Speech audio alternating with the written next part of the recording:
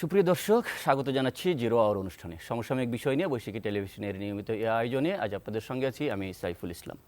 দর্শক মণ্ডলী, আপনারা জানেন যে গত 30শে মে বিশ্ব শান্তিরক্ষা জাতিসংঘ শান্তিরক্ষা দিবস পালিত হয়েছে বাংলাদেশ সহ বিশ্বের অন্যান্য দেশেও।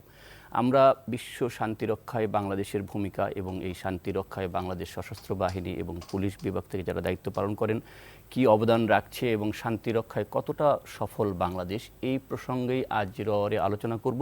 এই আলোচনায় অংশ নিয়েছেন আমাদের শান্তিরক্ষী মিশনে যোগদানকারী সশস্ত্র বাহিনী বিভাগ এবং বাংলাদেশ পুলিশের কয়েকজন কর্মকর্তা। আমি প্রথমে আপনাদের সঙ্গে তাদের পরিচয় করে দিচ্ছি। আমার ডানে প্রথমে রয়েছেন কর্নেল আব্দুল্লাহ আল মামুন, বাংলাদেশ সেনাবাহিনী সশস্ত্র বাহিনী বিভাগ। তারপর রয়েছেন স্কোয়াড্রন লিডার লুৎফুন নাহার, বিমান সদর দপ্তর, ঢাকা সেনানিবাস। এবং সবশেষ রয়েছেন Jalaluddin Ahmed Chowdhury, AIG police সদর দপ্তর। আপনাদের তিনজনকে স্বাগত জানাচ্ছি। আমরা আপনাদের কাছ থেকে শান্তিরক্ষা মিশনে অভিজ্ঞতা, বাংলাদেশের অবদান এবং বিশ্ব শান্তি প্রতিষ্ঠায় বাংলাদেশ কি ভূমিকা রাখছে এ বিষয় নিয়ে আলোচনা করব, আপনাদের অভিজ্ঞতার কথা শুনব। তবে আমাদের এই অনুষ্ঠানের ফরম্যাট অনুযায়ী প্রথমে আমরা দেখব যে আজ বৈশাখী টেলিভিশনে প্রচারিত প্রধান প্রধান সংবাদ শিরোনাম। রিজার্ভ চুরির সাথে বাংলাদেশ ব্যাংকের কর্মকর্তারাও জড়িত, চূড়ান্ত রিপোর্ট জমা দেওয়ার পর বললেন ফরাস উদ্দিন, শিগগিরই জনসম্মুখে প্রকাশ। মহেশখালীতে 1320 মেগাওয়াট ক্ষমতার কয়লা ভিত্তিক বিদ্যুৎ কেন্দ্র করবে মালয়েশিয়া, চুক্তির খসড়া মন্ত্রিসভায় অনুমোদন।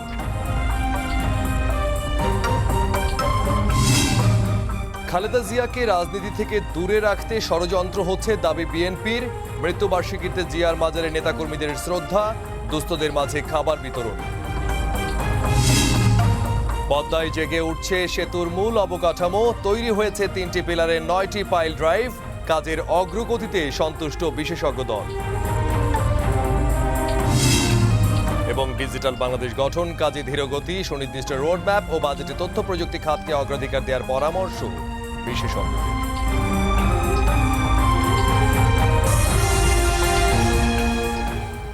শুধু মণ্ডলী, দেখছিলেন আজ বৈশাখী টেলিভিশনে প্রচারিত প্রধান প্রধান সংবাদ শিরোনামগুলো। আমরা বলছিলাম যে জাতিসংঘ শান্তিরক্ষা দিবস উপলক্ষে আজকের এই আলোচনা। গত 3 দশক ধরে জাতিসংঘের শান্তিরক্ষায় বাংলাদেশ ভূমিকা রেখে চলেছে। যে প্রেক্ষাপটে এই কার্যক্রমটি বাংলাদেশ শুরু করেছিল, বাংলাদেশের অঙ্গীকার শান্তি প্রতিষ্ঠা, সেই অঙ্গীকার রক্ষায় তো এই কার্যক্রমে জাতিসংঘের কার্যক্রমে বাংলাদেশ অংশ নিয়েছিল। কর্নেল আব্দুল্লাহ আল মামুন, আমি আপনার কাছ থেকেই শুরু করতে চাই যে প্রেক্ষাপটে বাংলাদেশ বিশ্ব শান্তি রক্ষায় এগিয়ে এলো এবং ভূমিকা পালন করছিল গত 3 দশকে, আপনি কি মনে করেন যে আমাদের সেই শুরুর সময়টি 1988 সাল থেকে আজ 2016 সাল, প্রায় 28 বছর, শুরুর যে প্রেক্ষাপট ছিল এবং আজকের যে প্রেক্ষাপট, এটার মধ্যে পরিবর্তনটা কি লক্ষ্য করেন? এখন কিভাবে দায়িত্ব পালন করেন আপনারা, আর শুরুতে যখন ছিল তখন কি অবস্থায় ছিল? ধন্যবাদ জনাব সাইফুল ইসলাম, এবং সেই সাথে বৈশাখী টিভির যে দর্শকরা জিরো আওয়ার পর্যন্ত আছেন আমাদের সাথে, তাদেরকে ধন্যবাদ। আজকে প্রথমেই আল্লাহ শুকরিয়া করি যে আমরা এমন একটি বিষয় নিয়ে আলাপ করছি যে বিষয়টি বাংলাদেশকে মহিমান্বিত করেছে। একটা কথা যদি আমরা চিন্তা করি যে বাংলাদেশের মানচিত্রটা, এটার কথা যদি ভাবি, বিশ্বে একটা বিন্দুর মতো, অথচ কি বিষয়গুলো আছে বাংলাদেশের যা এই বিন্দু থেকে এই বিশ্বের বৃত্তে বাংলাদেশকে পরিচালন করেছে, বাংলাদেশকে সম্মানিত করেছে, তার মধ্যে শান্তিরক্ষা অন্যতম এবং অনন্য। কেন হলো? কারণ বাংলাদেশের যেই পররাষ্ট্র নীতি, সেই পররাষ্ট্র নীতিতেই আছে সকলের প্রতি বন্ধুত্ব, কারোর প্রতি বৈরিতা নয়। এবং সেই জন্যই বাংলাদেশের শান্তিরক্ষায় ওতপ্রোতভাবে জড়িত হওয়ার প্রসঙ্গটা এসে গেছে প্রথম থেকেই। আপনি প্রসঙ্গটা বলছিলেন প্রথমে যে আন্তর্জাতিক শান্তিরক্ষা দিবস, এটার সাথে একটা সাযুজ্য আছে। আন্তর্জাতিক শান্তিরক্ষা দিবসটা শুরু হয়, এটার জন্য একটা রিজলিউশন জাতিসংঘ থেকে পাশ হয় 2003 সালে, এবং ঠিক করা হয় যে শান্তিরক্ষীরা দেশে শান্তি রক্ষার জন্য বিশ্বে জীবন দিয়েছেন এবং যারা কাজ করে যাচ্ছেন তাদের সবাইকে সম্মানিত করার জন্য 29শে মে দিনটাকে ঠিক করা হয়, বিশ্বব্যাপী এটা উদযাপিত হয়। বাংলাদেশ এটা খুব সম্মানের সাথে উদযাপন করে।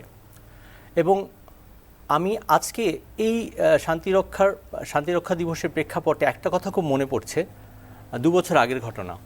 তখন আপনার শান্তিরক্ষা নিয়ে একটা অনুষ্ঠান হচ্ছিল, কিছু শান্তিরক্ষী যারা জীবন দিয়েছেন বাংলাদেশে, তাদের পরিবারদের সম্মাননা দেওয়া হচ্ছিল। সেখানে প্রধান অতিথি ছিলেন প্রয়াত বিচারপতি হাবিবুর রহমান। এটা উনি এন্তেকালের জাস্ট মাসখানেক আগের ঘটনা। উনি একটা কথা বললেন, কথাটা আমার সবসময় মনে হয়। উনি বললেন যে আমরা ছোটবেলায় পড়েছিলাম যে ব্রিটিশ সাম্রাজ্যে কখনো সূর্য অস্তমিত হয় না। তো কিন্তু আমরা যদি এখন বাংলাদেশের কথা চিন্তা করি, বাংলাদেশের জাতিসংঘের শান্তিরক্ষার ব্যাপ্তি সারা বিশ্বময় এতটুকু যে সেখানে সেই সাম্রাজ্যে সূর্য কখনো অস্তমিত হয় না। চিন্তা করেন কত সুন্দর একটা সাযুজ্য। মানুষ চলে যায় কিন্তু তার কথাগুলো থেকে যায়। তো এই কথা থেকে আপনার প্রশ্নটার উত্তর আসে যে আমরা কি ছিলাম, কোথায় এসেছি। এই 1988 সালে যেখানে আমরা বিন্দু ছিলাম, সেখান থেকে আমাদের সাম্রাজ্য এখন বিশ্বব্যাপী বিস্তৃত। কেন এটা হলো? এটা হলো এজন্যই যে বাংলাদেশের শান্তিরক্ষীরা তারা সুশৃঙ্খল, তারা পেশাদারী, তারা মানবতার অধিকারী এবং তারা যে কোনো সংস্কৃতির সাথে খুব সহজে খাপ খাইয়ে নিতে পারে। এজন্যই আমরা মনে করি যে বাংলাদেশের শান্তিরক্ষীরা বিশ্বের পরিমণ্ডলে বাংলাদেশকে সম্মানিত করেছে এবং আমরা অনেক দূরে চলে এসেছি এর মধ্যে। অনেক ধন্যবাদ কর্নেল মামুন। আমি একটি বিষয় একটু জানতে চাই, সেটা হলো যে যুদ্ধ অবস্থা চললেই তো সেখানে শান্তির প্রশ্ন আসে। আপনারা নিশ্চয় প্রত্যেকেই এখানে যারা আজকে অতিথি হিসেবে রয়েছেন তারা শান্তিরক্ষা মিশনে বিভিন্ন স্থানে এই দায়িত্বটি পালন করেছেন। যুদ্ধ অবস্থা সেখানে যে এটা একটি সিভিল ওয়ার, এটা রাষ্ট্রের সঙ্গে রাষ্ট্রের যুদ্ধ নয়, একটি দেশের ভিতরে জাতির সঙ্গে জাতির যুদ্ধ। সেই অবস্থায় আপনারা দায়িত্বটি পালন করতে গিয়ে কোনো না কোনো পক্ষের কারো পক্ষে যায়, কারো বিপক্ষে যায়, সেক্ষেত্রে আপনারা কী ধরনের ভূমিকা নেন? আমার মনে পড়ছে আমি যখন প্রথম জাতিসংঘ মিশন করি, আমার দুবার সুযোগ হয়েছে। একবার মোজাম্বিকে, সেটা অনেক আগে, আর পরবর্তীতে সুদানে। মোজাম্বিকে আপনি এটা বুঝতে পারবেন এই উদাহরণটা দিয়েই যে দুটো বিবদমান দল ছিল, একটা রিনামো এবং ফ্রেলিমো। এর মধ্যে একটা সরকার সমর্থিত আর একটি বিরোধী দল।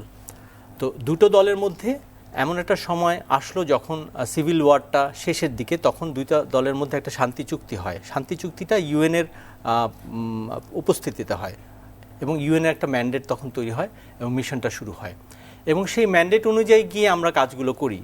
এরপরে ইলেকশন হয়। ইলেকশন হওয়ার পর আমরা জাতিসংঘের যে শান্তিরক্ষা, তাদের দায়িত্ব ছিল সরকার, নির্বাচিত সরকারের কাছে দায়িত্বটা বুঝিয়ে দিয়ে নিয়ে চলে আসা।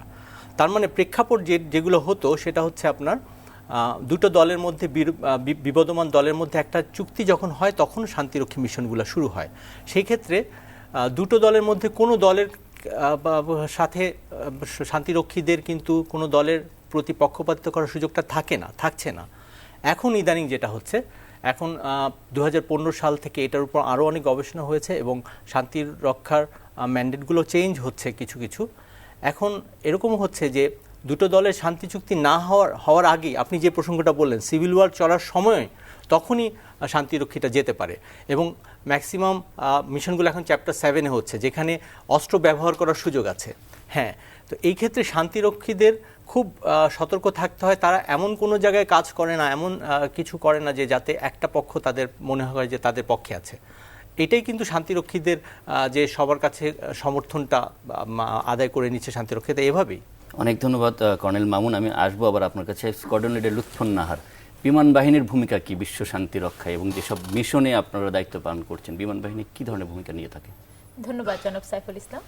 আসলে আমাদের বিমান বাহিনী যেহেতু আকাশ প্রতিরক্ষায় দেশে নিয়োজিত থাকে, ওখানেও আমাদের এই ধরনের কাজই থাকে। বেশিরভাগ ক্ষেত্রে দেখা যায় যে আমরা এয়ার ট্রান্সপোর্টেশন কাজগুলো পরিচালনা করি, বিভিন্ন মেডিকেল ইভাকুয়েশন, যে কোনো যুদ্ধ আহত বা অসুস্থ ব্যক্তিকে উদ্ধার কাজ বা বিভিন্ন ত্রাণ তৎপরতা চালানো, এই জিনিসগুলো আমরা ওখানে সুচারুভাবে সম্পন্ন করি। বিভিন্ন সময় দেখা যায় যে ভিআইপিদের কোনো এক স্থান থেকে অন্য স্থানে নিরাপদভাবে নিয়ে যেতে হয়, এই সকল বিষয়গুলো আমরা ওখানে দেখি। বিভিন্ন সময় দেখা যায় যে রেকি করতে হয় যে কোনো একটা জায়গায় অপারেশন করতে যাওয়ার পূর্বে, সেই সকল স্থানে রেকি করার জন্য আমরা আমাদের এয়ারক্রাফটগুলো ব্যবহার করি। আমাদের কঙ্গোতে এখন 6টা MI-17 হেলিকপ্টার আছে, আবার C-130 একটা ট্রান্সপোর্ট এয়ারক্রাফট আছে, যেটা দিয়ে আমরা আসলে এই ধরনের এগুলো পরিচালনা করি। এছাড়াও হাইতিতে আছে আমাদের MI-171 SH, যে হেলিকপ্টারগুলো আমাদেরকে এই জাতীয় এয়ার অপারেশন সাপোর্টটা দেয়। এই ধরনের এয়ার অপারেশন সাপোর্ট সাধারণত আমাদের কন্টিনজেন্ট দিয়ে থাকে। আর যখন এছাড়াও আমাদের বিমান বাহিনীর সদস্যরা অবজারভার মিশনে অথবা স্টাফ মিশনে, ইউএন মিশনে আমরা কর্মরত আছি আর কি। আপনাকে পেয়ে ভালোই হয়েছে যে আপনি একজন নারী সদস্য বিমান বাহিনীর, এবং নারী সদস্য শান্তিরক্ষী মিশনে বোধহয় আমার যদি ভুল না হয় বেশ পরে অংশ নিয়েছে, অনেক পরে অংশ নিয়েছে।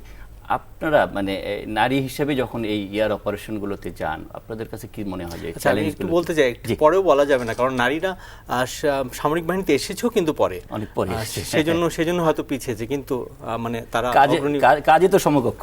আপনারা কি ধরনের চ্যালেঞ্জ ফেস করেন? যেটা বললেন আসলে সত্যি কথা, যে আমাদের জয়েনিংই হয়েছে, আমরা পায়োনিয়ার ব্যাচ, আমরা 2000 কমিশন পেয়েছি এয়ারফোর্সে, প্রথম আসলে আমরা রেগুলার কমিশন অফিসার হিসেবে কমিশন পাই। আমাদের সিনিয়রিটিতে আমরা যে সময় আমাদের মিশনে যাওয়ার কথা, আমাদের সেই সময় যাওয়া হয়েছে, তার আগেও না তার পরেও না।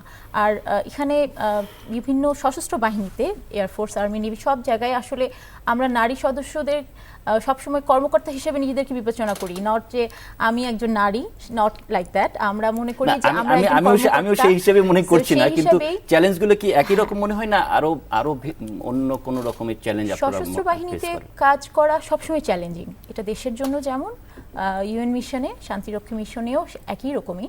তো সেক্ষেত্রে আমরা বিভিন্ন ওই যে চ্যালেঞ্জগুলো থাকে, সেই চ্যালেঞ্জগুলো আমরা মোকাবিলা করার জন্য এখান থেকে পূর্বে ট্রেনিং নিয়ে যাই, আমাদের প্রস্তুতি থাকে, আমরা প্ল্যান করে যাই যে এভাবে করে আমরা যে ধরনের যুদ্ধ মোকাবেলা করব, এবং বিভিন্ন অস্ত্রের প্রশিক্ষণ আমাদের থাকে আমরা যখন মিশনে ডিপ্লয় হই তার আগে। এছাড়াও আমাদের যে রেগুলার যেই আমাদের ট্রেনিং প্রসিডিওর, ওই প্রসিডিওরের মধ্যেও আমরা সবসময় বিভিন্ন এই ট্রেনিং কৌশলগুলো আমাদের আয়ত্ত করতে হয়, যাতে যে কোনো ধরনের চ্যালেঞ্জ মোকাবেলায় আমরা সবসময় সমান পর্যায়ে ছেলেদের সাথে বা আমরা কাজ করতে পারি। এবং এটাতে মিশনে গিয়েও আমরা এই ধরনের কোনো সমস্যায় পড়ি না, সব ধরনের কাজে আমরা সব সমানভাবে অংশগ্রহণ করি। আপনি কঙ্গো মিশনে ছিলেন? জি, আমি 2010-11 আপনি ব্যক্তিগতভাবে কি কখনো কোনো বিরূপ পরিস্থিতির মুখোমুখি হয়েছেন? আসলে মিশন এটা নিজের থেকেই একটা বিরূপ একটা বিষয়, বিকজ ওখানে একটা যুদ্ধ পরবর্তী অবস্থা বিরাজমান, ওখানে সিকিউরিটির ব্যাপারটাও একটু কম থাকে, দেখা যায় যে সবসময় কারফিউর একটা লিমিটেড টাইমে কারফিউ থাকে, যে কোনো জায়গায় মুভমেন্ট রেস্ট্রিকশন থাকে। আর আমাদের এখানে সবচেয়ে বড় ব্যাপার আমাদের জন্য, মহিলাদের জন্য, আমরা বাচ্চাকে রেখে যাই, পরিবারকে রেখে যাই, তো আমাদের মিশনটা আসলে পরিবার সহ মিশন হয়ে যায়। তো শুধু আমরা মিশন করি না, আমার বাচ্চাও মিশন করে এখানে বসে, দেশে বসে। হ্যাঁ, এটাও একটা বড় চ্যালেঞ্জ। বাট এছাড়াও যে সকল চ্যালেঞ্জ আমরা আসলে ফেস করি মিশন এরিয়াতে, যে কোনো সময় আশেপাশে যখন গোলাগুলি হয়, তখন আমাদের বিভিন্ন বিপি এবং অস্ত্রশস্ত্র নিয়ে আমাদের সবসময় প্রস্তুত থাকতে হয়। ইভেন আমাদেরকে দেখা যায় যে বিভিন্ন পোস্টে দায়িত্ব পালন করতে হয় ডিউটি অফিসার হিসেবে, আমাদেরকে বিভিন্ন এরিয়াতে যেতে হয়, যেই জায়গাগুলোতে দেখা যায় যে হয়তো বা তখন নিরাপদ না, ওই ধরনের এরিয়াগুলো আসলে ভাবে মানে পূর্বেই প্রেডিক্ট করা যায় না। এই ধরনের চ্যালেঞ্জগুলো সবসময় থাকে। এছাড়াও কঙ্গোতে আমি যেটা পার্সোনালি দেখেছি, ওখানকার ওয়েদারটা খুবই আনপ্রেডিক্টেবল, এবং ওটা খুবই রাফ একটা ওয়েদার, যেহেতু ওটা সমুদ্রপৃষ্ঠ থেকে 4000 ফুট উচ্চতায় একটা অবস্থান। সো ওখানে ওয়েদারটাও একটা প্রতিপক্ষ হয়ে দাঁড়ায়। এছাড়াও বিভিন্ন যুদ্ধ পরবর্তী অবস্থা, সেটা তো আছেই বললাম। আচ্ছা, অনেক ধন্যবাদ জনাব জালালউদ্দিন আহমেদ চৌধুরী, অনেকক্ষণ আপনাকে অপেক্ষা করে রেখেছি। বাংলাদেশ পুলিশ বাহিনী একটি গুরুত্বপূর্ণ পার্টনার শান্তিরক্ষা মিশনে। বাংলাদেশ পুলিশ বাহিনী আপনিও দায়িত্ব পালন করেছেন, এই অনুষ্ঠান শুরুর আগে বলছিলেন। বাংলাদেশ পুলিশ বাহিনী কি ধরনের দায়িত্ব পালন করে থাকে আমাদের সশস্ত্র বাহিনীর 3 শাখার পাশাপাশি? আমি শুরুতেই আজকের অনুষ্ঠানে গভীর কৃতজ্ঞতা জানাচ্ছি বাংলাদেশ পুলিশের পক্ষ থেকে আন্তর্জাতিক জাতিসংঘ শান্তিরক্ষা দিবসের এই পাদপ্রদীপে আমাদের যে সকল শান্তিরক্ষী কর্মী বিশ্বের বিভিন্ন দেশে আত্মাহুতি দিয়ে বিশ্ব শান্তিকে প্রতিষ্ঠা করেছেন, তাদের সকলের প্রতি আমি বাংলাদেশ পুলিশের বাংলাদেশের পক্ষ থেকে আমার কৃতজ্ঞতা জানাচ্ছি, তাদের প্রতি শ্রদ্ধা জ্ঞাপন করছি। পাশাপাশি যারা ইতিমধ্যে বিভিন্ন মিশনে কাজ করেছেন, যারা এখনও কাজ করছেন, তাদেরকেও ধন্যবাদ জানাচ্ছি যে আমাদের এই শান্তি রক্ষা কার্যক্রমের মাধ্যমে আমাদের দেশের মুখকে উজ্জ্বল করার জন্য, আমাদের স্ব বাহিনী যারা আমরা যেখানে কাজ করছি তাদের মুখ উজ্জ্বল করার জন্য। আপনি জানেন ইতিমধ্যে বেশ কিছু বিষয় নিয়ে আলোচনা হয়েছে। আপনি জানেন যে একটি শান্তি রক্ষা মিশনে সাধারণত 3টি কম্পোনেন্ট কাজ করে। একটি হচ্ছে সিভিলিয়ান কম্পোনেন্ট, দ্বিতীয়টি হচ্ছে আমাদের পুলিশ, এবং তৃতীয় আমাদের মিলিটারি বা সশস্ত্র বাহিনী, সেখানে আর্মি, নেভি, এয়ারফোর্স কাজ। এই 3টি কম্পোনেন্ট একসাথে কাজ করে শান্তি প্রতিষ্ঠায়। জাতিসংঘ যখন একটি যুদ্ধবিধ্বস্ত দেশে তার সিকিউরিটি কাউন্সিল রেজুলেশনের মাধ্যমে তাদের ম্যান্ডেটকে ঘোষণা করে, তখন সেই ম্যান্ডেটকে বাস্তবায়ন করতে গিয়ে এই তিনটি কম্পোনেন্ট একসাথে কাজ করে এবং প্রত্যেকের যার যার কাজ আলাদা, কিন্তু আমাদের সার্বিক উদ্দেশ্য থাকে সেই ম্যান্ডেট, অর্থাৎ আমাদের জাতিসংঘ যে কার্যক্রমগুলো আমাদেরকে করতে বলে সেগুলি বাস্তবায়ন করা। এই কাজ করতে গিয়ে আমরা যদি পুলিশের প্রসঙ্গে আসি, আপনি জানেন যে পুলিশের মূল কাজ হচ্ছে আইন শৃঙ্খলা নিয়ন্ত্রণ করা, এবং যে শান্তিরক্ষা মিশনে সাধারণত আমরা দুভাবে অংশগ্রহণ করি, একটি এক্সিকিউটিভ মিশন এবং আরেকটি নন এক্সিকিউটিভ মিশন সাধারণত। এবং এই দুটোভাবেই আমরা কাজ করতে গিয়ে আমরা সাধারণত জনগণের জীবনের নিরাপত্তার জন্য, তাদের মনে স্বস্তি এনে দেওয়ার জন্য আমরা টহল কার্যক্রম পরিচালনা করি। পাশাপাশি আমরা তাদের সাথে বিভিন্নভাবে যোগাযোগের মাধ্যমে সেখানকার নিরাপত্তা বিষয়ক তথ্য সমূহ সংগ্রহ করি এবং সেই তথ্যসমূহ সংগ্রহের মাধ্যমে আমরা ঊর্ধ্বতন কর্তৃপক্ষকে জানাই এবং সেটি পরবর্তীতে সিদ্ধান্ত নেওয়া হয় কীভাবে স্ট্র্যাটেজিকভাবে এই মিশনের এই কার্যক্রমগুলো পরিচালনা করা হবে। পাশাপাশি আপনি জানেন যে সিভিলিয়ান কম্পোনেন্ট যারা আছে তারা বিভিন্ন রকমের মানবিক সাহায্য সহায়তা প্রদান করে থাকে যুদ্ধবিধ্বস্ত নারী পুরুষের মাঝে, এবং এই সাহায্য সহায়তা প্রদানের ক্ষেত্রে তাদের নিরাপত্তার বিষয়টি জড়িত এবং এই সহায়তা যাতে সুন্দরভাবে হয় এবং তারা যাতে সুন্দরভাবে এটি পরিচালনা করতে পারে, সেক্ষেত্রে বাংলাদেশ পুলিশের এপিইউ অর্থাৎ ফর্ম পুলিশ ইউনিট তারা কাজ করে। আমরা যারা আইপিও অর্থাৎ ইন্ডিভিজুয়াল পুলিশ অফিসার তারাও কাজ করে এই বিষয়টিকে সুন্দরভাবে সম্পাদন করার জন্য। এবং পাশাপাশি আমরা স্থানীয় পুলিশের ক্যাপাসিটি বিল্ডিংয়ের জন্য আমরা নানাভাবে কাজ করে থাকি। তাদেরকে আমরা বিভিন্ন রকম প্রশিক্ষণ দিয়ে থাকি মানবাধিকারের উপরে, তারপর তাদের হিউম্যান রাইটসের উপর, তারপর তাদের কম্পিউটারের উপরে। সেটি আপনাদের অভ্যন্তরীণ যে কিভাবে আমরা এটার মূল উদ্দেশ্যটা হচ্ছে সেই লোকাল পুলিশের ক্যাপাসিটি বৃদ্ধি করা। কারণ পুলিশ ক্যাপাসিটি বিল্ডিংটাকে যেভাবে ডেভেলপ করছে, কমিউনিটি পুলিশিংয়ের কাজ করছে, অর্থাৎ সাধারণ জনগণের মাঝে সচেতনতা বোধ তৈরি করছে নিরাপত্তা বিষয়ক, পাশাপাশি যে স্থানীয় পুলিশ আছে তাদের মাঝেও সেই সচেতনতা বৃদ্ধি করছে যাতে করে একটি সুন্দর এবং শান্তিময় একটি সমাজ প্রতিষ্ঠিত হয়। এই যে সাধারণ মানুষকে সম্পৃক্ত করার কথা বলছিলেন, যে একটি হলো যে মানে এই প্রসঙ্গে যদি আমরা জাতীয় জীবনের সঙ্গে মিলিয়ে দেখি যে পুলিশ সবসময় আমরা বলি যে জনগণের বন্ধু, কিন্তু দুঃখজনক হলেও এখনো পুরোপুরি এই বন্ধু আস্থায় নিতে পারেন এই দেশের মানুষ। আপনারা যখন দেশের বাইরে শান্তি রক্ষার দায়িত্ব পালন করছেন তখন সাধারণ মানুষকে সম্পৃক্ত করার কথা বলছেন, সেখানে কিভাবে মানে কতটা আস্থা অর্জন করতে পেরেছেন আপনারা?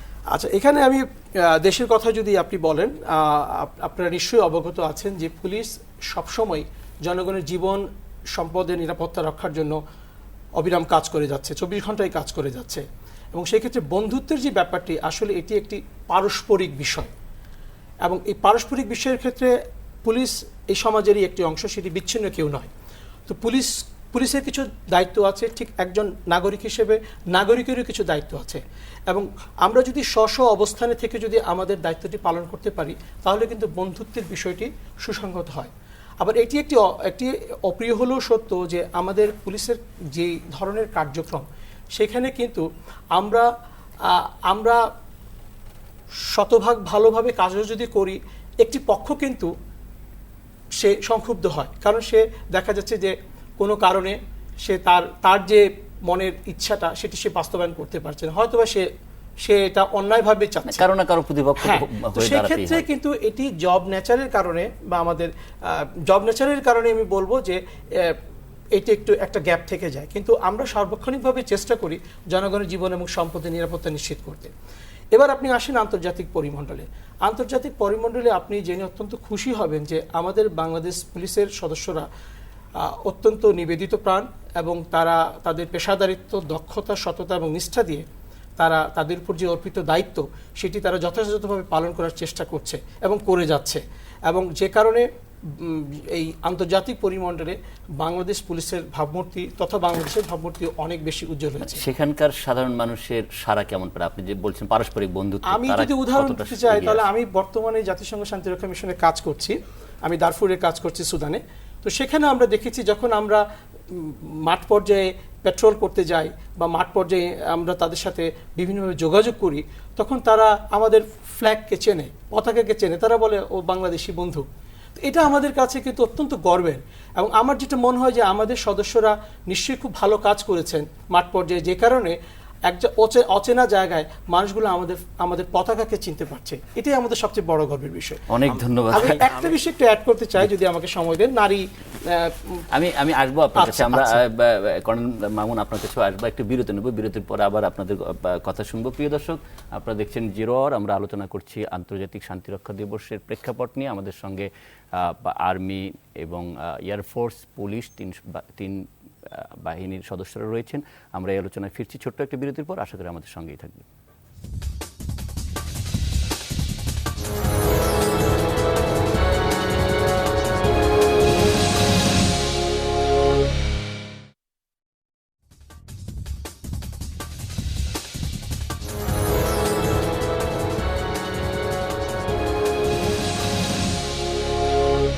প্রিয় দর্শক, বিরতির পর আরও একবার স্বাগত জিরো আওয়ারে। আমরা আলোচনা করছিলাম জাতিসংঘ শান্তিরক্ষা দিবস এবং বাংলাদেশের ভূমিকা নিয়ে। আমাদের সঙ্গে রয়েছেন কর্নেল আব্দুল্লাহ আল মামুন এবং স্কোয়াড্রন লিডার লুৎফর নাহার এবং জালালউদ্দিন আহমেদ, এআইজি পুলিশ সদর দপ্তর।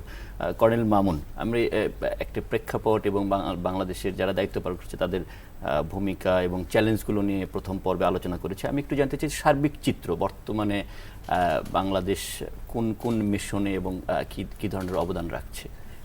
ধন্যবাদ জনাব সাইফুল ইসলাম। আমাদের বাংলাদেশে বর্তমানে প্রায় ৭,২০০ শান্তিরক্ষী বিভিন্ন মিশনে কর্মরত আছেন। এই ৭,২০০-র মধ্যে প্রায় ৬,০০০ সেনাবাহিনীর, ৫০০ এবং ৫০০-র কিছু বেশি নৌবাহিনী এবং এয়ারফোর্সের। এই নিয়ে প্রায় ৬,০০০ হচ্ছে সশস্ত্র বাহিনীর, আর পুলিশের ১,০০০-এর কিছু বেশি পুলিশ সদস্য আছেন। সব মিলে ৭,২০০ 13টি দেশে নিয়োজিত আছে। এই 13টি দেশের মধ্যে বেশিরভাগ দেশই আফ্রিকান, এবং এ পর্যন্ত আমাদের ১,৪৪,০০০-এরও বেশি শান্তিরক্ষী বিভিন্ন দেশে কর্মরত ছিলেন। ৫৪টি মিশনে তারা কাজ করেছে ৪০টির বেশি দেশে। তো এই তথ্য থেকেই আপনি বুঝতে পারেন যে আমাদের শান্তিরক্ষার ব্যাপ্তিটা কতটুকু। কিন্তু আসল কথা অন্য জায়গায়। আমাদের আসলে সাফল্য সংখ্যায় নয়, সংখ্যার দিক থেকে আমাদেরকে কেউ সহজে হারাতে পারিনি, কারণ আমাদের যে রেকর্ডটা, শীর্ষে থাকার রেকর্ড, এটা আমরা অনেক দিন ধরে রেখেছি। আমরা শীর্ষ ১, ২, ৩-এর মধ্যে সবসময়ই থাকি, এখনও আমরা প্রথম দিকে আছি। কিন্তু আমি যে বলছিলাম যে সাফল্যটা অন্য জায়গায়, সেটা হচ্ছে আমাদের গুণে, আমাদের বৈশিষ্ট্যে, সেখানে হচ্ছে আমাদের সাফল্য। আমরা যখন বাংলাদেশি কোনো শান্তিরক্ষী বিদেশে যায়, কাজ করে, তখন কিন্তু আমরা মনে করি না এখানে আমরা সেনাবাহিনী, বিমান বাহিনী এবং পুলিশ সদস্য আছি, নৌবাহিনীর সদস্য যাই, কিন্তু ওখানে গিয়ে কিন্তু সবাই বাংলাদেশ, এখানেও বাংলাদেশ সবাই, কিন্তু ওখানে গিয়ে ধরেন আসলে কি একটা পাহাড়কে আপনি আলাদাভাবে কোনো বাহিনী হিসেবে বিবেচনা করেন, বাংলাদেশ হিসেবে বিবেচনা করেন। আরেকটি বিষয় হলো যে ওখানে গেলে তো সবাই ব্লু হেলমেটের, এটা একটা ব্লু হেলমেটকে কেমন দেওয়া হয়? ব্লু হেলমেটটা একটা শান্তির প্রতীক, প্রতীকী অর্থে ব্যবহার হয়।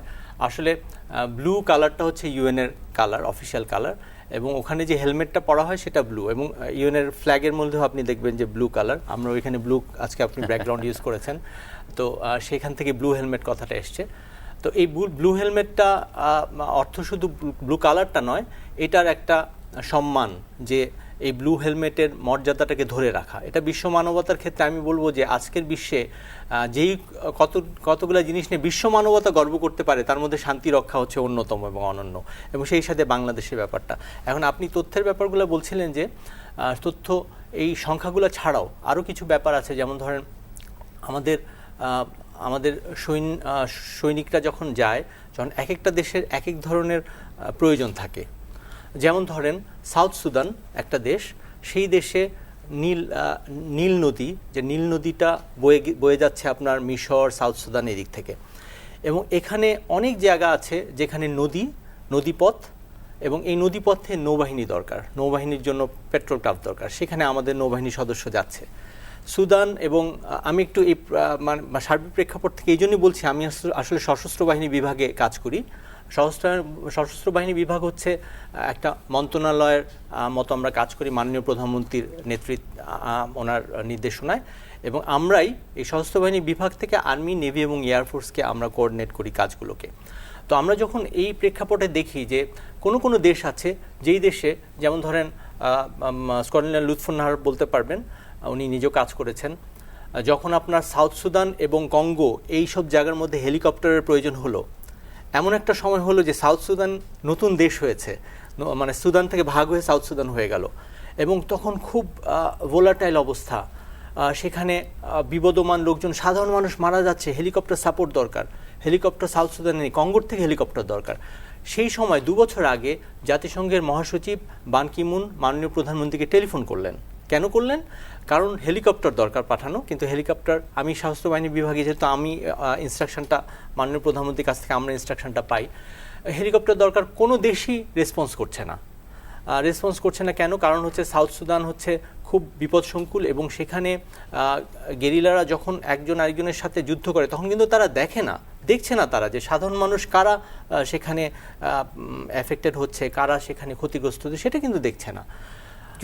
যুদ্ধের চরিত্র যেটি আর কি। হ্যাঁ, যুদ্ধের চরিত্র আমি বলবো না, কারণ আসলে যুদ্ধে আমরা কিন্তু এটা শিখি না। আমি তো যুদ্ধবিদ্যা পড়ে আসছি এই পর্যন্ত। যুদ্ধবিদ্যাতে আমরা কখনো সাধারণ মানুষের ক্ষতি হয় এটা আমরা করি না, কিন্তু গেরিলারা যখন যুদ্ধ করে তাদের তো ট্রেনিংগুলো ওরকম নাই, তো সেটা করে কি, তাদের উদ্দেশ্যটা অন্যরকম, তো সেখানে সাধারণ মানুষ এফেক্টেড হয়। এই জন্য কোনো হেলিকপ্টার পাঠাতে চাচ্ছিল না কোনো দেশ, বাংলাদেশ পাঠালো। এরকম বিভিন্ন জায়গার মধ্যে আপনি যেটা জানতে যাচ্ছেন যে বিভিন্ন জায়গায় তথ্যটাও যেমন আমাদের যে দরকার, সংখ্যা কতটুকু, তার সাথে গুণগত মানটা এবং বাংলাদেশের যে ইচ্ছাটা কাজ করার, সেই ইচ্ছার কারণেই আমরা কিন্তু এত দূর এগিয়ে এসেছি। অনেক ধন্যবাদ লুৎফুন্নাহার, স্কোয়াড্রন লিডার লুৎফুন্নাহার। আপনি এর আগের পর্বে বলছিলেন যে আপনারা হেলিকপ্টার এবং ট্রান্সপোর্ট এয়ারক্রাফট এগুলো ব্যবহার করতে, এগুলো বিভিন্ন দেশ থেকেই তো যায়, বাংলাদেশ থেকেও এগুলো আছে কিনা? হ্যাঁ, ধন্যবাদ। আমি আসলে এর আগেও মেনশন করেছি যে আমাদের বিভিন্ন হেলিকপ্টার বিভিন্ন দেশে নিয়োজিত আছে, এবং জাস্ট মামুন স্যার একটা জিনিস কোট করলেন, আমি ওই প্রেক্ষিতে একটু বলতে চাই যে সাউথ সুদানের যে বিষয়টা, জুবাতে যে ইনসিডেন্টটা হলো, এবং জুবাতে তখন আমাদেরকে কঙ্গো থেকে এই ধরনের নির্দেশনা, প্রাইম মিনিস্টারের নির্দেশনায় আমাদেরকে কঙ্গো থেকে যে নিয়োজিত হেলিকপ্টার, যেটা কঙ্গোর জন্য নিয়োজিত ছিল, সেই হেলিকপ্টারগুলোকে 3টা হেলিকপ্টার 2 মাস ডিপ্লয়েড ছিল জুবাতে। তো সেই জিনিসগুলো আসলে জুবা সাউথ সুদানে, তো ওই জিনিসগুলো কিন্তু আমাদের মানে তাৎক্ষণিকভাবে সিদ্ধান্ত হয়, এবং ওইখান থেকে আমাদেরকে ওই ধরনের ঝুঁকিপূর্ণ কাজগুলো কিন্তু মোকাবেলা করতে হয়, এবং ওই চ্যালেঞ্জগুলো মোকাবেলা করতে আমরা সক্ষম বলে বাংলাদেশকে আসলে এতভাবে সবাই প্রশংসিত, এবং ইউএনএ সবাই এতভাবে সমাদৃত, এবং যেটা আমাদের পতাকাকে অনেক সমুন্নত রেখেছে। আর আরেকটা বিষয় যেটা বলতে চাইলেন যে আমাদের আরও যেই হেলিকপ্টার বা আমাদের যে ট্রান্সপোর্ট এয়ারক্রাফট আছে, এটার আরেকটা এয়ারক্রাফট, এই C-130-র একটা ইনসিডেন্ট আছে লাস্ট ইয়ার, যে দেখা গেল যে আমাদের একটা এরিয়াতে ওখানে হঠাৎ করে একটা এয়ারক্রাফট দরকার হলো, অন্য সকল প্রতিষ্ঠান বা ইউএনের অন্যান্য সদস্যরা, অন্যান্য দেশগুলো তখন তাদের ওই সহায়তা দিতে ওই রিস্কের কারণে তারা বললো যে না, আমরা এটা দিতে পারছি না বা দিব না। তো তখন বাংলাদেশ কিন্তু ওই চ্যালেঞ্জটা নিয়েছে, এবং ওই ধরনের ক্ষেত্রে মেডাভেকের জন্য বা মেডিকেল ইভাকুয়েশনের জন্য বা যে কোনো ক্যাজুয়ালিটি ইভাকুয়েশনের জন্য বা যে কোনো ক্ষেত্রে রেস্কিউ করার জন্য তখন কিন্তু এয়ার ট্রান্সপোর্টেশন একটু বাংলাদেশের সাহসী পদক্ষেপ। আমি শেষ খুব অল্প সময়ের জন্য আসছি, সেটি হলো যে ভাষা কি কোনো সমস্যা হয়ে দাঁড়ায় যে আপনারা যখন বাইরে দায়িত্ব পালন করতে যান? খুব ছোট্ট করে যদি এই পর্বের শেষ অংশে বলেন। ভাষা একটা চ্যালেঞ্জ, এটা অবশ্যই, কারণ আমরা কখনো কোনো দেশে আমরা মিশন করি যেখানে ইংরেজি ভাষাটা সেভাবে প্রচলিত না, হয়তো বা ফ্রেঞ্চ ভাষা থাকে বা আরবি ভাষা থাকে, তো সেক্ষেত্রে এটা একটা চ্যালেঞ্জ। বাট তারপরেও আমরা চেষ্টা করি, এটা তো একটা কমিউনিকেশন, যোগাযোগ, আমরা চেষ্টা করি যে ছোটোখাটো যে সমস্ত যোগাযোগের যে শব্দগুলো বা কথাগুলো দরকার, যেটা দিয়ে আমরা অ্যাটলিস্ট খুব দ্রুততার সাথে তাদের সাথে আমরা যোগাযোগ করতে পারবো, সেটা কিন্তু আমরা নিজেদের প্রচেষ্টায় আমরা চেষ্টা করি। সে মিশনে যাওয়ার আগে কি অবশ্যই আমাদের ট্রেনিং হয়, তো সেক্ষেত্রে আমরা আমাদের ইংরেজি ভাষায় তো আমাদের একটা পরীক্ষা হয়, পাশাপাশি আমরা নিজেদেরও যারা আমরা অফিসাররা কাজ করি, আমরা এই ভাষায় আমরা প্রশিক্ষিত হই এবং আমরা সেটা করতে পারি। পাশাপাশি ফ্রেঞ্চ ল্যাঙ্গুয়েজ বা কেউ আমরা অ্যারাবিক ল্যাঙ্গুয়েজ, সেটাও কিন্তু আমরা কিছু জানার চেষ্টা করি যাতে এই কমিউনিকেশনটা দূর করা যায়। অনেক অনেক ধন্যবাদ জালালউদ্দিন আহমেদ চৌধুরী। আমরা আরেকটু বিরতি নেব, বিরতির পর আরও কিছু আলোচনা আছে, সেগুলো করব। প্রিয় দর্শক, আপনারা দেখছেন 0 আওয়ার। আমরা ফিরবো ছোট্ট একটা বিরতির পর। আশা করি সে পর্যন্ত আমাদের সঙ্গে থাকবেন।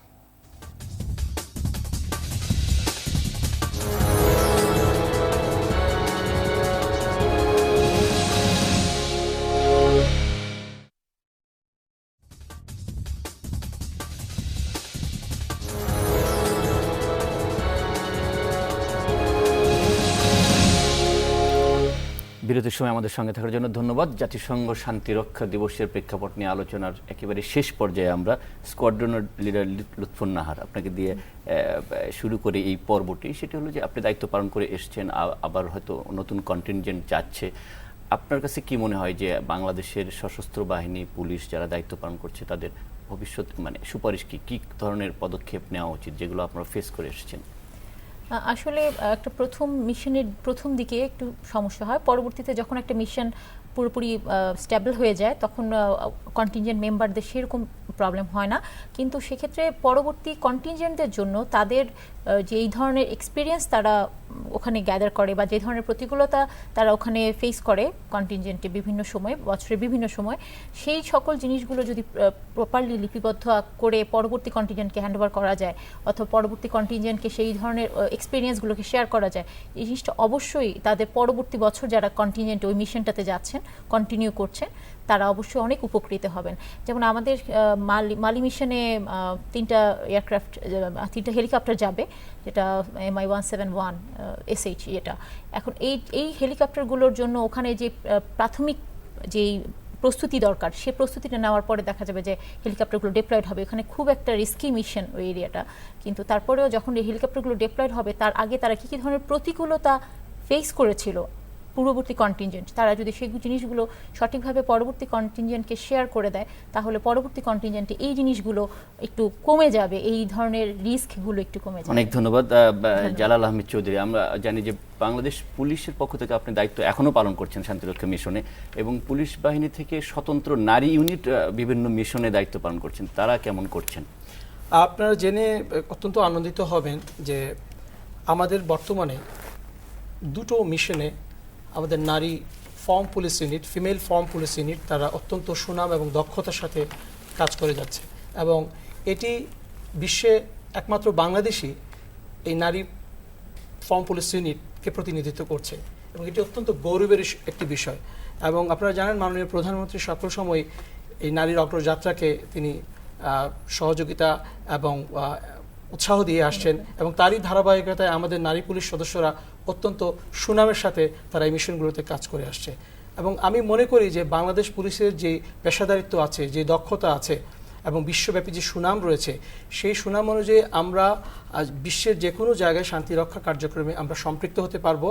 তো এবং আমরা যদিও আমাদের নিজেদের প্রশিক্ষণ আমরা চালিয়ে যাচ্ছি, চেষ্টা করছি, তারপরেও আমাদের জন্য আরও ভালো হবে আমাদের যদি একটি স্বতন্ত্র পিস কিপিং ইনস্টিটিউশন থাকে, যার মাধ্যমে আমরা আরও ভালোভাবে আমাদের অফিসারদেরকে প্রশিক্ষিত করে আমরা তাদেরকে এই শান্তিরক্ষা কার্যক্রমে সম্পৃক্ত করতে পারবো এবং দেশের জন্য আমরা সুনাম এবং রেমিটেন্সও আমরা নিয়ে আসতে সক্ষম হব। অনেক ধন্যবাদ জনাব জালালউদ্দিন আহমেদ চৌধুরী। আমরা আলোচনার একেবারে শেষ পর্যায়ে, কর্নেল মামুন, আমি 2টো বিষয় আপনার কাছে জানতে চাই। একটি হলো যে শান্তিরক্ষা মিশনে আপনারা যারা দায়িত্ব পালন করেন এবং এখন করছেন, ভবিষ্যতে করবেন, এদের এই সদস্যদের সম্পর্কে বিভিন্ন সময় জাতিসংঘ কিছু অভ্যন্তরীণ সমস্যা নিয়ে, তাদের বিচ্যুতি নিয়ে তদন্ত করেছে। আমাদের যারা দায়িত্ব পালন করে তাদের মধ্যে এই ধরনের কোনো অপরাধ প্রবণতায় জড়িত হওয়ার কোনো ঘটনা আছে কিনা, কেন ঘটে এটি একটি। আরেকটি একসঙ্গে আমি করে নিই, আপনি শেষ করবেন। সেটি হলো যে ভবিষ্যৎ পরিকল্পনা কি, বাংলাদেশের শান্তিরক্ষা মিশনের ভবিষ্যৎ পরিকল্পনাটা কি? ধন্যবাদ। আপনি প্রশ্ন করেছেন, খুব গুরুত্বপূর্ণ, কিন্তু সময় দিচ্ছেন খুব কম। বাট তারপর আমি 3টা জিনিস নিয়ে আলাপ করবো। এর সাথে একটা কথা না বললে নয়, এখানে কোনো নৌবাহিনীর সদস্য নেই। আমি সেজন্য একটু বলে নিতে চাই, বাংলাদেশের নৌবাহিনীর দুটো জাহাজ আলী হায়দার ও নির্মূল লেবাননে কাজ করছে, এবং আপনার ফোর্স মেরিন ইউনিট একটা আছে সুদানে, আইভরি কোস্টেও পেট্রোল ক্রাফট ছিল, খুব ভালো তারা কাজ করছে। এরপরে এটা আমি বলে নিলাম যেহেতু নৌবাহিনীর কোনো সদস্য এখানে নেই। এবং এরপরে আমি যে জিনিসটা বলতে চাই সেটা হচ্ছে আপনার আপনি বললেন অপরাধ তো যে কোনো জায়গায় হতে পারে, বাংলাদেশের অপরাধ প্রবণতা সবচাইতে কম। তার কারণটা আমি প্রথমেই বলেছিলাম, বাংলাদেশের শান্তিরক্ষীদের ট্রেডমার্ক হচ্ছে তারা সুশৃঙ্খল।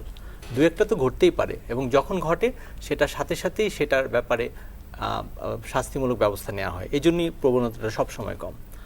আর আপনি তৃতীয় যে ব্যাপারটা বললেন যে পরিকল্পনা, আমাদের পরিকল্পনা ব্যাপক, কারণ আমরা কিন্তু শান্তি রক্ষার ক্ষেত্রে অভিজাত গ্রুপ, আমরা কিন্তু শীর্ষে সবসময়, সেজন্য আমাদের পরিকল্পনাটা খুবই পরিব্যাপ্ত। আমাদের একটা বিপসর ট্রেনিং সেন্টার আছে রাজেন্দ্রপুরে, যেটা শান্তিরক্ষীদের ট্রেনিং দেয় এবং ইন্টারন্যাশনাল স্ট্যান্ডার্ডের সেই ট্রেনিং সেন্টার। এবং আমাদের যে পরিকল্পনা, আমাদের এই সশস্ত্র বাহিনী বিভাগ এবং অন্যান্য যে ধাপগুলো আছে বিভিন্ন, এই ধাপগুলোর যে সিস্টেমটা, শান্তিরক্ষীদের রিক্রুট করা, মানে কোন শান্তিরক্ষীদের নির্বাচন করবে এবং কাদের পাঠাবে, কিভাবে ট্রেনিং দিবে, এটা খুব আমাদের সিস্টেমেটিক। এবং ভবিষ্যতের আমাদের পরিকল্পনা হচ্ছে, জাতিসংঘ 2015 সালে তারা নতুন একটা পলিসি করেছে যে এখন থেকে রিজার্ভ একটা ফোর্স থাকবে, যেটাকে আপনার PCRS বলে, একটা স্ট্যান্ড বাই সিস্টেম, আগের থেকে নামটা পরিবর্তন হয়েছে। সেটার আন্ডারে আমাদের কিছু ইউনিট আমরা রেখেছি যারা যে কোনো মুহূর্তে ডিপ্লয় করতে পারে, এটা আমাদের ভবিষ্যৎ পরিকল্পনা। আর শেষে একটা কথা আমার মনে হয় বলা খুবই প্রাসঙ্গিক হবে। আপনি লক্ষ্য করুন, আমাদের শান্তি রক্ষায় এ পর্যন্ত 130 জন আত্মাহুতি দিয়েছে এবং 200 জনের অধিক তারা আহত হয়েছে। এই 29শে মে মহামান্য রাষ্ট্রপতি তাদের সম্মাননা দিচ্ছিলেন, গত এক বছরে যারা নিহত হয়েছে তাদের পরিবারকে এবং যারা আহত হয়েছে। আমি লক্ষ্য করছিলাম যে যেই সৈনিকটা সে আহত হয়েছে হুইল চেয়ারে করে আসছে, অথচ দেখেন হুইল চেয়ারে গিয়েও উনি রাষ্ট্রপতির সামনে এসে এমনভাবে স্যালুট দিচ্ছেন, দেখে মনে হচ্ছে যে ওনার মধ্যে মনে হয় কোনো ধরনের পঙ্গুত্ব নাই। ওনার আত্মবিশ্বাসটা এবং ওনার যেই কারণে উনি আহত হয়েছেন সেই বিশ্বাসটা এত প্রগাঢ় ওনার মধ্যে, ওনার চোখে মুখে বোঝা যাচ্ছে। আমি একটা মহিলাকে দেখলাম যে উনি ওনার স্বামীকে হারিয়েছেন, দুটো ছোট ছোট মেয়ে, দুটো ছোট ছোট বাচ্চা। ওনার সজল চোখের দিকে তাকিয়ে দেখলাম যে কোথাও ওনার একটা চোখের মধ্যে কোথাও একটা আত্মতৃপ্তি, পরিতুষ্টি আছে যে তার স্বামী উনি দেশের জন্য আত্মাহুতি দিয়েছেন এবং দেশকে সম্মানিত করেছেন। তো আসলে বাংলাদেশের শান্তিরক্ষা এমন একটি বিষয় যেটা সিয়েরা লিওনকে বাংলাকে দ্বিতীয় রাষ্ট্রভাষা হিসেবে সম্মানিত করেছে, এবং আইভরি কোস্টের রূপসী বাংলা নামে একটা গ্রাম আছে। এগুলো অর্জন করার জন্য আমাদের কিন্তু আলেকজান্ডারের মতো যুদ্ধ করতে হয়নি, বরঞ্চ তার থেকেও বেশি কষ্ট করতে হয়েছে। শান্তির বার্তা নিয়ে মানুষের মন জয় করতে হয়েছে, সেখানে আমাদের সাফল্য। অনেক ধন্যবাদ colonel Abdullah Al Mamun, PSC, squadron leader Lutfun Nahar এবং জালালউদ্দিন আহমেদ চৌধুরী, AIG পুলিশ সদর দপ্তর। আপনাদের তিনজনকে অনেক ধন্যবাদ। আমরা এই অনুষ্ঠানের পক্ষ থেকে বিশ্ব শান্তি রক্ষায় যেসব সদস্য উৎসর্গ করেছেন, প্রাণ দিয়েছেন, তাদের স্মৃতির প্রতি শ্রদ্ধা জানাই এবং এই প্রত্যাশা নিয়ে শেষ করছি যে বিশ্ব শান্তি রক্ষায় এখনও বাংলাদেশ যে শীর্ষস্থান ধরে রেখেছে, বাংলাদেশ আগামীতেও তার সুনাম এবং বাংলাদেশের পতাকাকে সমুন্নত রাখবে আমাদের সশস্ত্র বাহিনী এবং পুলিশ বাহিনী। এই প্রত্যাশা রেখে আজকের জিরো আওয়ার আলোচনা এখানে শেষ করছি। আপনারা যারা আমাদের সঙ্গে এতক্ষণ ছিলেন আপনাদেরকে অনেক ধন্যবাদ। ভালো থাকবেন। শুভরাত্রি।